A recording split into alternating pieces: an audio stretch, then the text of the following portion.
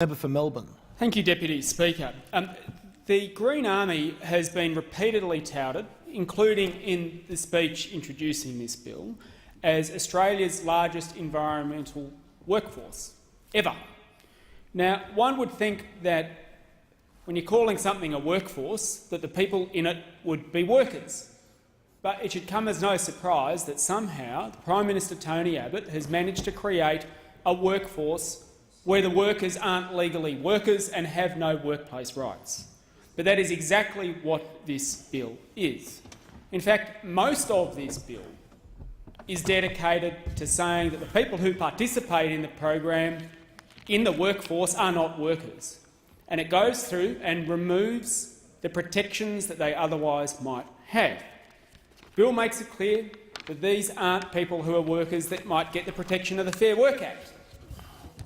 The minimum standards that might come with that, the right to recourse if you have complaints that you want to make, basic ability to have information about your minimum rights and conditions, none of those things the people in this Tony Abbott workforce are entitled to.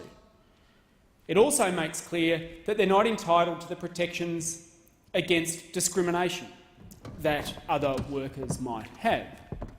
So, in other words, you stick your hand up for this scheme, and when you're participating in that, don't expect to have the same kind of protections against discrimination on the basis of race, for example, that another employee might have, because you just don't, because the legislation has, as one of the few things that it does, the stripping away from you as a worker of those rights.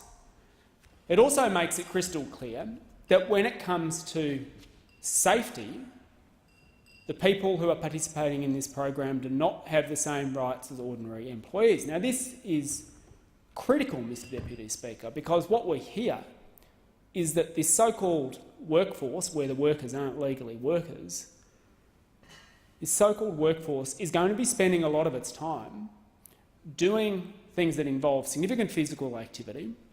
And we see, according to the introductory speech and to other media, that they're going to be spending time doing things like building lookouts. Now, what kind of scheme is being set up that says someone who can be engaging in manual and physical labour, using tools, working in potentially dangerous situations, is not going to be covered by national workers' compensation and health and safety laws? But that's what is being set up here.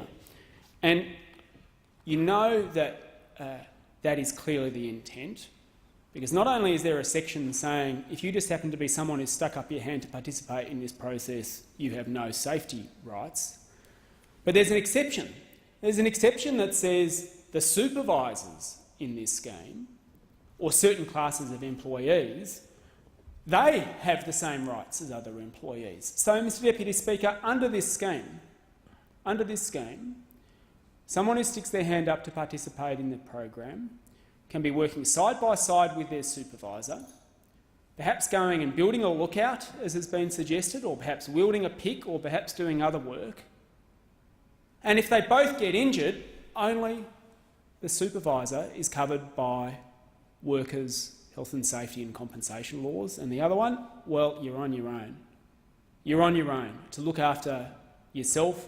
You don't have the same rights as the person working next to you did, because this government has said you're not legally a worker.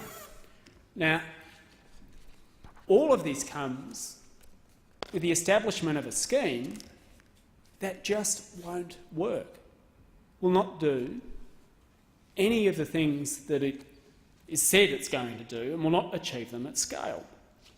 We are told that one of the things that the Green Army can do is go and plant trees, and that is somehow going to help with the contribution for this country dealing with climate change. And that's a claim that the government has repeatedly made, including in the introduction of this bill. What's been made clear from Monash University is that to achieve the pledged return of an annual 85 million tonnes of CO2 captured would require equivalent to a plantation with a minimum size more than twice the size of Melbourne, and to increase wood production by an additional 300%. Now, this is just, on even the most incredible of projections, is not something that this Green Army is going to be able to deliver. And as Murdoch University has made clear, if it's really just a weeding and tree planting scheme, similar to the sort of things that were done under the former Howard government's programs, a lot of that work, particularly in periods of savage drought, was simply undone because there was no long-term follow-up. Now, this comes at a time when we have in existence at the moment a $1 billion biodiversity fund. A $1 billion biodiversity fund that was set up in the last parliament, funded by this country's biggest polluters, so not coming out of general taxation. And that biodiversity fund is aiming in a systematic way to ensure that in this country we encourage people on the land and those who want to help support the land to ensure that trees and ecosystems stay there for the benefit of all of us. And it is working, and it is working. And so the government comes in here and says, we're going to rip down that scheme and come up with something that even on the best outcome is only going to ever do a fraction of it.